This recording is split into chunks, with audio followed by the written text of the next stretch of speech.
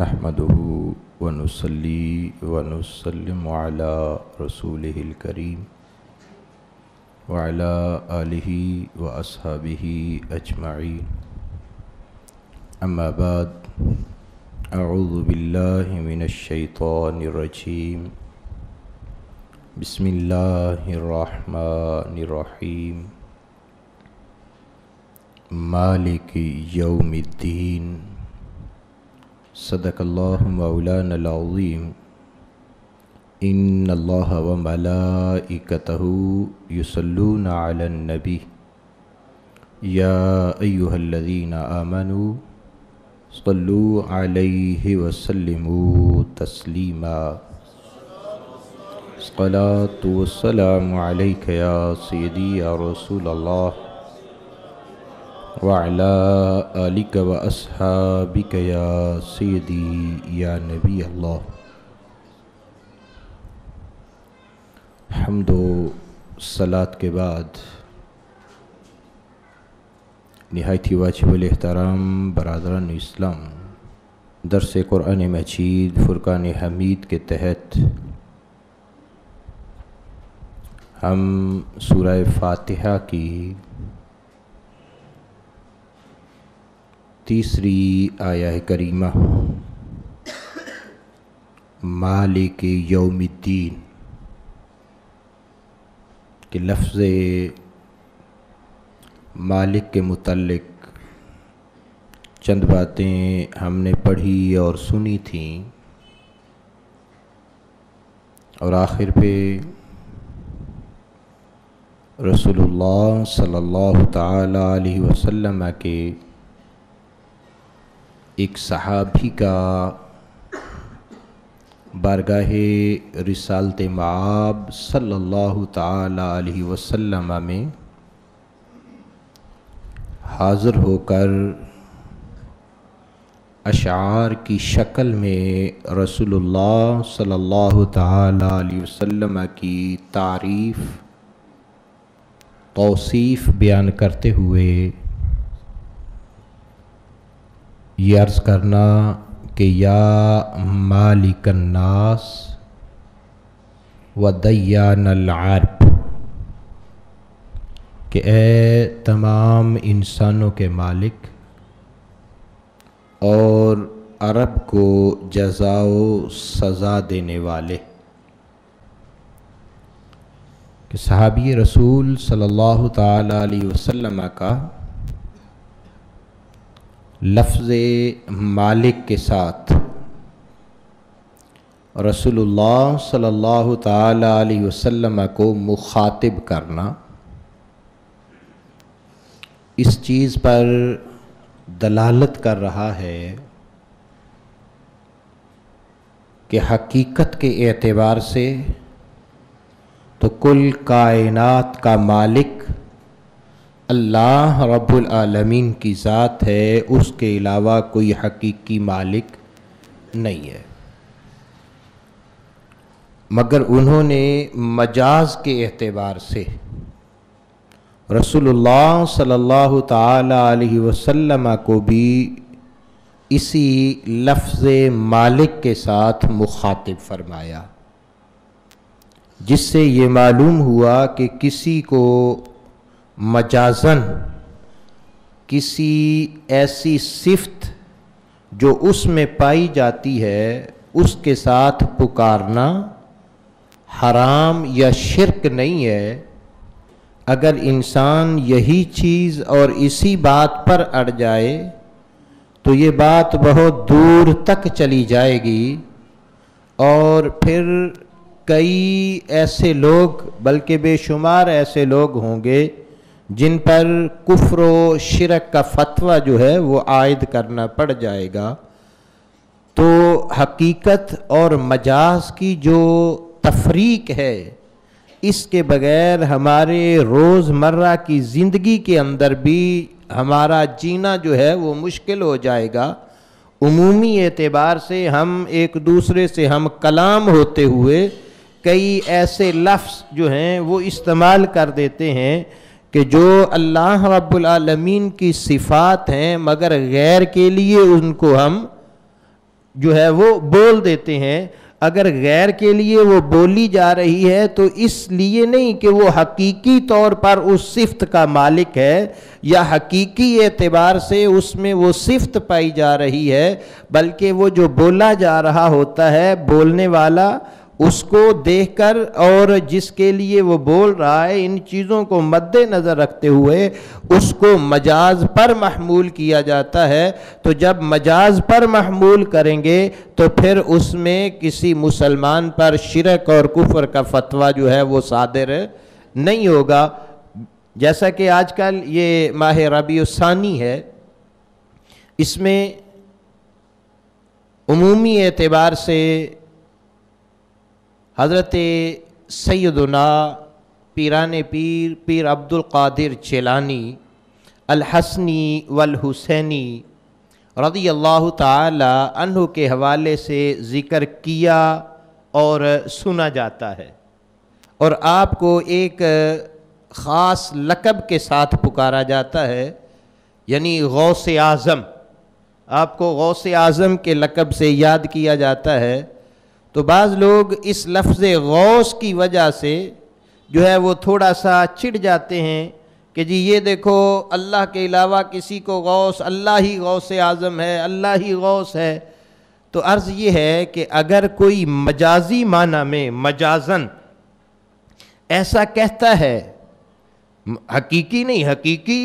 غوث مددگار دستگیر اللہ کی ذات ہے، لیکن مجاز کے اعتبار سے کسی غیر کو اگر وہ ایسے لفظوں کے ساتھ جو ہے وہ پکارتا ہے یا بلاتا ہے تو یہ کہنا شرک و حرام نہیں ہوگا. حضرت سیدنا عمر بن خطاب رضی اللہ تعالی عنہ کے زمانہ اقدس کے اندر عام الرمادہ ایک سال مشہور ہے، اور اس روایت کو امام ابن خزیمہ نے اپنی صحیح میں اس روایت کو بیان کیا ہے، اور بھی کئی محدثین نے اس کو بیان کیا. فقیر نے علم والولا کی تخریج میں اس کے کئی حوالے جو ہیں وہ ذکر کیے ہوئے ہیں. تو رسول اللہ صلی اللہ تعالی علیہ وسلم کے خلیفہ امیر المؤمنین حضرت سیدنا عمر بن خطاب رضی اللہ تعالی عنہ کے دور کے اندر مدینہ منورہ میں ایک سال قحط پڑا. کھانے کو کوئی چیز دستیاب نہیں ہو رہی تھی، معاملات جو ہیں وہ ایسے تھے. تو آپ نے یعنی عمر بن خطاب رضی اللہ تعالیٰ عنہ نے، امیر المؤمنین نے حضرت عمر بن عاص رضی اللہ تعالیٰ عنہ جو کہ مصر میں یعنی گورنر تھے، ان کو ایک خط لکھا، فرمان ان کو بھیجا، جس کے اندر آپ نے یعنی لکھا سلام، یعنی پہلے سلام لکھنے کے بعد فرمایا اما بعد، یعنی سلام لکھنے کے بعد فرمایا فال عمری یا عمر، اے عمر مجھے میری عمر کی قسم، میری زندگی کی قسم، ما تبالی اذا شبعت انت ومن معک، تو اور تیرے ساتھ والے جو ہیں یعنی اہل مصر، تو بھی اور تیرے ساتھ والے بھی، تم سب سیر حاصل ہو کر کھا پی رہے ہو، تمہارے پاس سب نعمتیں جو ہیں وہ موجود ہیں، کھا پی رہے ہو. ان اہل کا انا و من معی، میں اور میرے ساتھ والے یعنی مدینہ منورہ کے جو باسی ہیں، مدینہ میں کیونکہ قحط سالی کا دورہ ہے، ہماری حالت یہ ہے کہ ہمارے پاس کھانے کو کچھ نہیں ہے، پینے کو کچھ نہیں ہے، ہم ہلاکت کی طرف جا رہے ہیں. یہ لکھنے کے بعد حضرت عمر بن خطاب رضی اللہ تعالیٰ عنہ نے لکھا، فرمایا فَيَا غَوْثَاهُ ثُمَّ يَا غَوْثَاهُ، فرمایا پس ہماری فریاد کو پہنچ، ہماری مدد کو پہنچ، ہماری فریاد رسی کر. یعنی حضرت عمر بن خطاب رضی اللہ تعالیٰ عنہ نے فَيَا غَوْثَاهُ یعنی ایسے لفظ استعمال، اگر غوث کسی غیر کو کہنا شرک اور ناجائز ہوتا تو حضرت عمر بن خطاب رضی اللہ تعالیٰ عنہ جیسی شخصیت کبھی بھی غیر خدا کے لیے یہ لفظ استعمال نہ کرتی. تو یہ ہے کہ اگر مجاز کے اعتبار سے کسی کو کوئی کہتا ہے ایسے الفاظ یعنی مالک ہے اسی طریقے سے جو ہے وہ یعنی داتا ہے، غوث ہے، کوئی ایسے الفاظ، تو ایسی صفت جو اس میں پائی جا رہی ہیں مجازی اعتبار سے، تو پھر وہ جو ہے اس پر شرک و حرام کا فتویٰ نہیں لگے گا۔ ہاں حقیقی اعتبار سے کسی میں کوئی اس کی ذرہ برابر بھی قوت حقیقی غیر خدا کے لیے تسلیم کرتا ہے، طاقت غیر خدا کے لیے تسلیم کرتا ہے، تو پھر اس کے مشرک ہونے میں کوئی شک نہیں ہے۔ ہاں اللہ نے عطا کی ہوئی ہیں جس کو جو صفتیں، جو چیزیں، جو طاقتیں اللہ نے عطا کی ہیں، اب اس کی عطا کے تحت ہم اگر ان کو مجازی اعتبار سے ان کی طرف جو ہے وہ نسبت کریں گے تو اس کے ساتھ جو ہے وہ شرک و حرام کا فتویٰ صادر نہیں کیا جائے گا۔ تو فرمایا مالک یوم الدین، مالک ہے وہ کون؟ اللہ۔ یوم عرف عام میں یوم کا لفظ طلوع شمس سے لے کر، یعنی سورج کے طلوع ہونے سے لے کر سورج کے غروب ہونے تک جو وقت ہے اس کو یوم کہا جاتا ہے، یوم اس لفظ کو بولا جاتا ہے۔ اور شریعت اسلامیہ کے اندر تمام علماء ملت اسلامیہ نے سوائے ایک دو کے شرعی طور پر جو یوم کا لفظ یعنی دن ہے، یہ طلوع فجر سے لے کر غروب آفتاب تک کے وقت کو یوم کہا ہے، یعنی طلوع فجر سے لے کر غروب جو روزے کا وقت ہے نا اس کو، یعنی یہ یوم ہے۔ تو یہاں جو یوم کا لفظ یوم الدین کہا گیا، اس سے مراد مخلوق کے حساب کتاب کا دن ہے، یعنی جس روز مخلوق سے، انسانوں سے، جنات سے، یعنی مخلوق سے حساب لیا جائے گا، وہ دن قیامت کا دن ہے، جس دن تمام اچھے برے اعمال جو ہیں ان کا بدلہ دیا جائے گا۔ ہاں اگر اللہ رب العالمین کسی کی برائی سے درگزر کر دے تو یہ اس خالق ارض و سما کا اختیاری امر ہے، اس سے کوئی چیز مانے نہیں ہے، ورنہ تو فرمایا گیا کہ فَمَن يَعْمَلْ مِثْقَالَ ذَرَّةٍ خَيْرًا يَرَهُ وَمَن يَعْمَلْ مِثْقَالَ ذَرَّةٍ شَرًّا يَرَهُ۔ اور پروردگار بہت بڑا غفار ہے، ستار ہے، تو وہ اگر کسی کی برائی، کسی کے گناہ، کسی کے جو یعنی اس کا کوئی افعال بد ہیں ان سے درگزر کرتا ہے تو یہ اس کا اختیاری امر ہے، اس میں کوئی اس سے پوچھنے والا نہیں ہے، کسی میں ہمت نہیں ہے کہ اس سے پوچھ سکے۔ تو صحابہ کرام، سلف صالحین، تابعین وغیرہ نے یوم الدین کی یہی تفسیر کی کہ اس سے مراد روز جزا اور سزا ہے، یعنی قیامت کا دن ہے۔ تو اسی کو دین یعنی یہ یوم الدین جو کہا گیا، کفار نے بھی، وہ بھی قرآن مجید فرقان حمید کے اندر اللہ رب العالمین نے ارشاد فرمایا سورہ صافات کے اندر کہ اَإِذَا مِتْنَا وَكُنَّا تُرَابًا وَعِظَامًا أَإِنَّا لَمَدِينُونَ، کہ کیا جب ہم مر کر مٹی اور ہڈیاں ہو جائیں گے تو ہمیں جزا و سزا دی جائے گی؟ یعنی انہوں نے یہ کہا کہ جب مر جائے گا آدمی، مٹی میں مل گیا، ہڈیاں آدمی کی علیحدہ ہو گئیں، جسم پہ گوشت نہیں، کوئی کچھ نہیں ہے، تو کیا ہمیں اس وقت جزا اور سزا دی جائے گی؟ تو خالق ارض و سما نے ایک مقام پر اسی چیز کو بیان کرتے ہوئے ارشاد فرمایا کہ یومئذ یوفیہم اللہ دینہم الحق ویعلمون ان اللہ هو الحق المبین، سورہ نور کی 25 نمبر آیہ کریمہ کے اندر فرمایا کہ اس دن اللہ انہیں ان کی سچی سزا پوری دے گا، یعنی ہر معاملے جو عمل کیے ہوئے ان کی، اور وہ جان لیں گے کہ اللہ ہی صریح حق والا ہے، اللہ ہی صریح حق ہے۔ یعنی اس دن، کون سا دن؟ جو روز قیامت کا دن ہے، اس دن حساب کتاب، جزا و سزا۔ آج ہم جس دن کے لیے تیاری نہیں کر رہے، ہم کہہ رہے ہیں قیامت کا دن آئے گا، مگر اس کے لیے ہماری تیاری کتنی ہے، کیسی ہے؟ اگر ہم اس کے لیے تیاری کریں تو حدیث مبارکہ میں حضرت شداد بن اوس رضی اللہ تعالیٰ عنہ کی ایک روایت ہے جس کو امام ترمذی رحمۃ اللہ تعالیٰ نے اپنی سنن ترمذی، جسے عمومی اعتبار سے ترمذی شریف کہا جاتا ہے، اس میں بیان کیا ہے۔ فرماتے ہیں کہ رسول اللہ صلی اللہ علیہ وسلم نے، یعنی حضرت شداد بن اوس رضی اللہ تعالیٰ عنہ نبی اکرم صلی اللہ علیہ وسلم سے روایت کرتے ہوئے فرماتے ہیں کہ الکیس من دان نفسہ، کہ عقل مند دانا آدمی کون ہے؟ دانا آدمی، عقل مند آدمی وہ ہے کہ جو اپنے نفس سے خود بدلہ لے، اپنے نفس سے خود جو بدلہ لے، وعامل لما بعد الموت، اور عمل ایسے کرے کہ جو موت کے بعد کام آنے والے ہیں۔ یعنی اگر صبح سے لے کر شام تک ہم جو کر رہے ہیں، ہم اپنے گریبانوں کے اندر ہم سے چھپا نہیں ہوگا کہ جو عمل ہم نے صبح سے لے کر شام تک کیا ہے، شام کو جب ہم اپنے گریبانوں کے اندر جھانکیں گے، اپنا ہی محاسبہ کریں گے، اپنے ہی کیے ہوئے اعمال جو ہیں ان کی طرف ہم دیکھیں گے تو ہمیں معلوم ہو جائے گا کہ میں نے آج کیا کیا ہے، کون سا وہ عمل کیا ہے کہ جو مرنے کے بعد میرے کام آئے گا، اور کون سا وہ عمل کیا ہے کہ جو مرنے کے بعد میرے لیے سزا کا۔ تو فرمایا الکیس من دان نفسہ وعمل لما بعد الموت والعاجز من اتبع نفسہ، اور بیوقوف وہ ہے کہ جو خواہش نفس کے پیچھے پڑ گیا۔ آج ہم لوگ الا ماشاء اللہ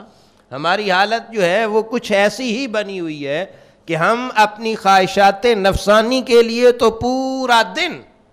صبح سے لے کر بیدار ہونے سے لے کر شام تک، بلکہ شام بھی نہیں،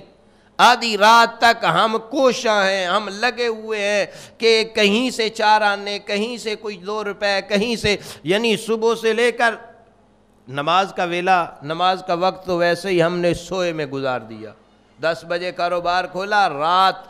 10 12 بجے تک وہ ہمارے کا کیا ہے کہ اب کوئی 4 آنے آ جائے، اب کوئی 4 آنے آ جائے، یعنی وہ خواہشات نفسانی کی تکمیل کے لیے تو سارا دن ہم ایک ٹانگ پہ کھڑے ہونے کے لیے راضی ہیں، مگر انہی لمحات کے اندر 5 وقتوں میں جو اذان پکاری جا رہی ہے، اللہ کی بارگاہ میں حاضر ہونے کے لیے 10 منٹ کا ٹائم ہمارے پاس نہیں ہے۔ تو یہ کون سا ہم اپنا محاسبہ کر رہے ہیں؟ یہ دانائی ہے ہماری کہ وہ جتنا بھی ہم کما لیں گے، جو بھی اکٹھا کر لیں گے، سوائے اس کے جو ہم نے اللہ کی رضا کے لیے خرچ کیا، باقی سارے کا سارا وہ ہمارے کسی کام نہیں آئے گا۔ اگر بچا بھی رہے گا تو ہماری آل اولاد وہ اللہ ماشاء اللہ کیا کرتی ہے وہ۔ تو جو ہمارے کام آنے والے عمل ہیں، صبح سے شام تک ہم وہ کتنے کر رہے ہیں؟ کتنا عمل ہم وہ کر رہے ہیں کہ جو اللہ کی رضا کا سبب بن رہا ہے؟ تو عقل مندی اور دانائی اس چیز کا نام نہیں ہے کہ تو دنیا زیادہ اکٹھا کر لے۔ عقل مندی اور دانائی یہ نہیں ہے کہ تیرے پاس جو ہے وہ مال و زر زیادہ جمع ہو جائے، تو دنیا کی مال و دولت جو ہے، نعمت اور ساری چیزیں زیادہ جمع کر لے گا تو دانا ہے، بلکہ دانا تو تب ہے کہ تیرے عمل وہ ہوں کہ مرنے کے بعد جو کام آئیں اور تجھے سزا سے بچا کر اللہ رب العالمین کی طرف سے تیرے لیے انعام اور رحمت کے وہ یعنی باعث بن جائیں، پھر سمجھ لے کہ تو دانا آدمی ہے۔ مگر آج ہماری دانائی ساری، امام ترمذی نے اس حدیث مبارکہ کو ذکر کرنے کے بعد فرمایا ھذا حدیث حسن، کہ یہ حدیث جو ہے وہ درجہ حسن کی ہے۔ اور آگے اس کا معنی بھی امام ترمذی بیان کرتے ہیں، معنی بیان کرتے ہوئے 1-2 اس پر روایتیں دوسری بھی انہوں نے بیان کی۔ پہلی یہ فرماتے ہیں کہ من دان نفسہ یقول حاسب نفسہ فی الدنیا قبل ان یحاسب یوم القیامہ۔ فرمایا کہ یہ جو حدیث میں فرمایا گیا ہے نا کہ من دان نفسہ، حساب کرے کیسا؟ اپنے نفس کا، دنیا کے اندر، یعنی دنیا میں رہتے ہوئے اپنے نفس کا حساب کرے کہ میں نے جو کپڑا پہنا ہوا ہے یہ میں نے کہا کیسے حاصل کیا ہے، جو لقمہ میرے اندر صبح کو جا رہا ہے، شام تک جو میں کھا رہا ہوں وہ میں نے کہاں سے حاصل کیا ہے، اس کے اندر کہیں حرام کی آمیزش تو نہیں ہے، اس کے اندر کہیں کسی کو دھوکہ دے کے کوئی چیز تو نہیں حاصل کی گئی۔ جو کپڑا پہن کے میں نماز کے لیے حاضر ہو رہا ہوں، یہ حلال کی کمائی کا ہے یا حرام کی کمائی کا ہے؟ اگر حرام کی آمیزش اس کے اندر موجود ہے تو رب کی بارگاہ میں کھڑے ہو کر جب میں اللہ اکبر کہہ رہا ہوں تو وہ میرا آنا اور وہ سارا وہ کیا ہوگا؟ فرمایا کہ من دان نفسہ، حساب کرے اپنے نفس کا دنیا کے اندر۔ تو جب دنیا میں اپنا محاسبہ کرنا شروع کر دے گا نا، خود انسان اپنا محاسبہ کرے گا کہ میں نے صبح سے لے کر شام تک کیا کیا، میں نے اگر یہ پیسہ کمایا ہے، یہ چیز میرے پاس آئی ہے تو یہ کیسے میرے پاس آئی، کس طریقے میں نے اس کو حاصل کیا، کسی کو دھوکہ تو نہیں دیا، کسی کے ساتھ میں نے جو ہے وہ فراڈ تو نہیں کیا، کہیں جھوٹ تو نہیں میں نے بولا کہ جھوٹ بول کے میں نے اس کو حاصل کیا ہو۔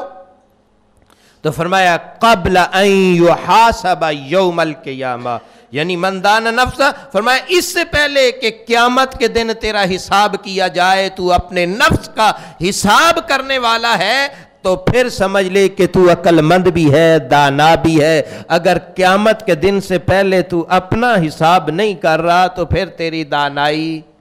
یعنی قیامت یہ کہ قیامت تک انسانیت چلنے، ورنہ مرنے کا مسئلہ ہے نا کہ جب تو مر جائے گا اس کے بعد۔ تو حضرت عمر بن خطاب رضی اللہ تعالیٰ عنہ امیر المومنین سے امام ترمذی رحمۃ اللہ تعالیٰ ترمذی کے اندر ہی ایک روایت بیان کرتے ہیں کہ حضرت عمر بن خطاب رضی اللہ تعالیٰ عنہ نے فرمایا حاسبوا انفسکم قبل ان تحاسبوا، فرمایا کہ اپنے نفسوں کا حساب کرو قبل اس کے کہ تم سے حساب لیا جائے۔ جب مرو گے، جب بارگاہ لم یزل کے اندر حاضر کیے جاؤ گے تو پھر تو ذرہ ذرہ کا حساب ہوگا، لیکن فرمایا اس سے پہلے کہ رب تم سے حساب لے، اس سے پہلے کہ رب کی بارگاہ کے اندر تم حاضر کیے جاؤ اور ذرہ ذرہ کا تمہیں حساب دینا پڑے، بہتر یہ ہے کہ تم اپنے نفس کا حساب آپ کرنا شروع کر دو۔ اگر یہ اپنے نفس کا حساب تم خود کرو گے تو حضرت میمون بن مہران نے فرمایا پھر جب تو اپنے نفس کا حساب کرنے والا ہوگا تو قیامت کے دن تیرا حساب آسان ہو جائے گا۔ جب خود نفس اپنا محاسبہ تو کرتا رہے، بیوی بچوں کا محاسبہ، اپنی اولاد کا، اپنے مال کا، ہر چیز کی طرف جب تو نگاہ اٹھائے گا اور غور و فکر کرے گا کہ میں کیا کر رہا ہوں، میں نے کیا کمایا، کیا کھویا۔ روزانہ کاروبار کر کے رات کو حساب کرتے ہیں نا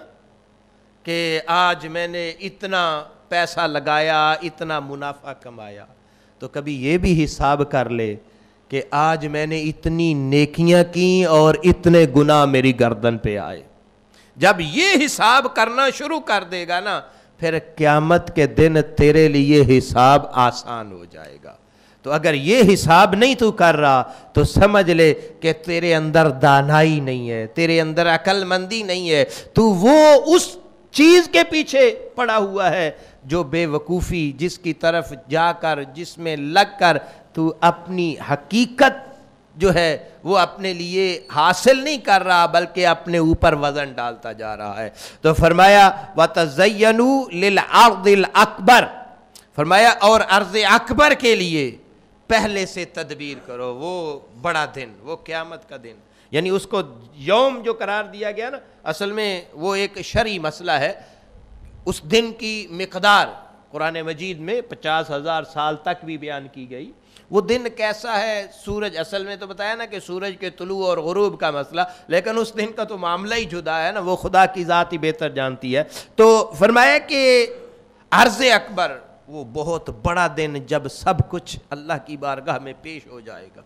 جب تیرا ذرہ ذرہ، تیرا لمحہ لمحہ گزرا ہوا بھی تیرے سامنے آ جائے گا، جب جو تو نے کیا وہ بھی سامنے ہوگا، جو لوگوں کا حق کھایا وہ بھی سامنے ہوگا، جو کسی کے ساتھ فریب دھوکہ کیا وہ بھی تیرے سے سوال ہوگا۔ تو فرمایا اس دن سے پہلے تدبیر کر لے،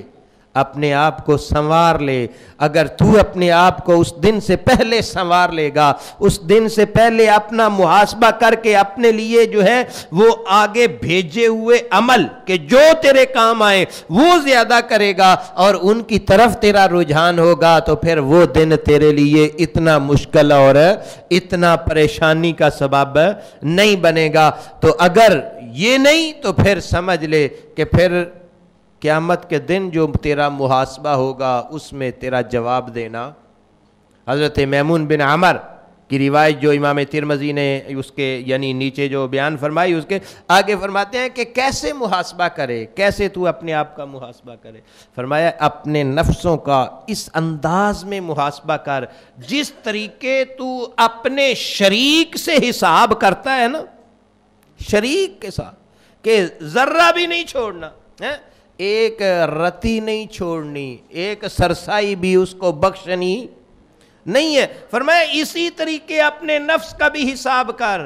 کہ اگر تیرا نفس بے راہ روی کا شکار ہو رہا ہے, اگر تیرا نفس تجھے دوسری طرف گناہوں کی طرف, تجھے بے حیائی برائی کی طرف, تجھے جو ہے ظلمت کی طرف لے کے جا رہا ہے, تو اپنے نفس کا یوں حساب کر جیسے اپنے شریک کے ساتھ تو جو ہے وہ حساب کرتا ہے کہ کچھ چھوڑنے کو وہاں تو تیار نہیں ہوتا. تو جب تو اپنے نفس کا ایسے حساب کرے گا تو فرمایا پھر کیا ہوگا, من عینا